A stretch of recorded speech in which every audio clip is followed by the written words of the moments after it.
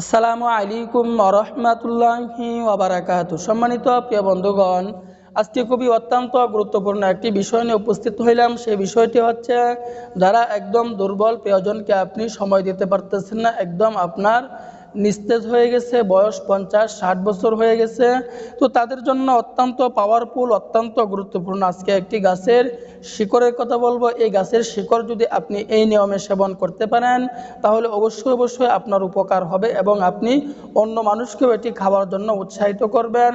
দেখুন, এই গাছগাছালি থেকে কিন্তু ডাক্তার বলেন, কবিরাজ বলেন, ইঞ্জিনিয়ার বলেন, সকলেই কিন্তু এই গাছগাছালি থেকে ওষুধ তৈরি করে। যে সকল ভাইয়েরা বলে গাছের কোনো ক্ষমতা নাই, আমি বলবো তাদের কোনো ঈমান নাই। আল্লাহ তাআলা এই গাছগাছালির মধ্যে অনেক পাওয়ার দিয়েছেন, অনেক ক্ষমতা দিয়েছেন, যে গাছগাছালি ছাড়া মানুষ কিন্তু বেঁচে থাকতে পারে না। তো আজকে আপনাকে এই এই গাছ থেকেই আপনাকে আমি এই রেসিপিটি অথবা এই ভেষজটি সেবন করার নিয়মটি আমি বলে দিব, কিভাবে আপনি এই গাছের শিকড় এই নিয়মে আপনি সেবন করবেন এবং গাছটি আপনি পাবেন কোথায় এবং পাওয়ার পরে কোন নিয়মে সেবন করবেন, এর বিস্তারিত বলে দেব ইনশাল্লাহ।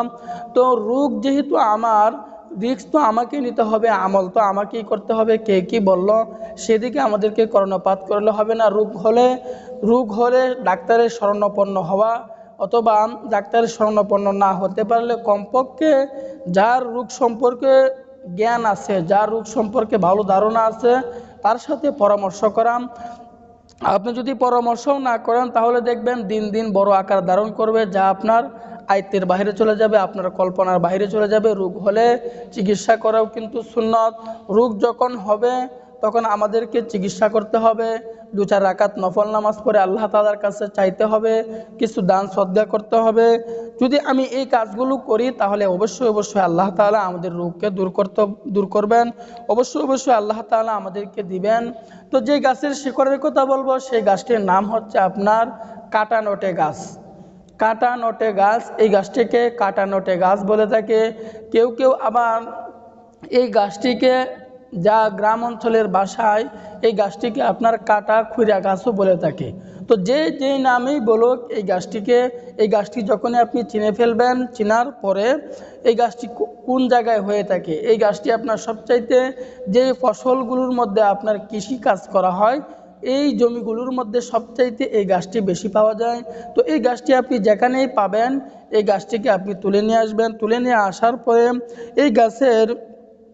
এই গাছ থেকে 1 থেকে 1.5 ইঞ্চি শিকড়, 1 থেকে 1.5 ইঞ্চি শিকড়টা আপনি, এই গাছের যে মূল শিকড়টা থাকে, এই মূল শিকড় থেকে 1 থেকে 1.5 ইঞ্চি শিকড়টা আপনি নিয়ে আসবেন। নিয়ে আসার পরে এই শিকড়টাকে ভালো করে ধৌত করে নেবেন।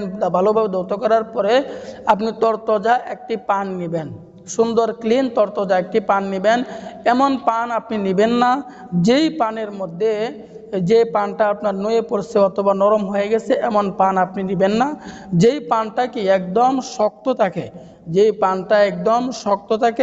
একদম তরতাজা থাকে, এই পানের মধ্যে 1 থেকে 1.5 ইঞ্চি কাটানোটে গাছের শিকড় ওই পানের মধ্যে দিয়ে দিবেন।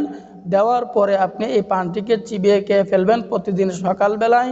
এভাবে যদি আপনি 1 মাস পর্যন্ত এই কাটানোটে গাছের শিকড় পান সহ সেবন করতে পারেন, তাহলে দেখবেন আপনার ভিতরে অনেক পরিবর্তন চলে আসবে, আপনি অন্যকেও খাওয়ার জন্য উৎসাহিত করবেন।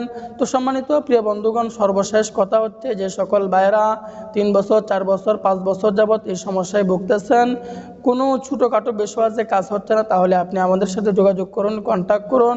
আপনাকে হাই কোয়ালিটির প্রোডাক্ট নিয়ে সেবন করতে হবে। দেরি না করে আজই আমাদের সাথে যোগাযোগ করুন। দেরি করবেন তো আস্তে আস্তে বড় আকার ধারণ করবে, যা আয়ত্তের বাইরে চলে যাবে।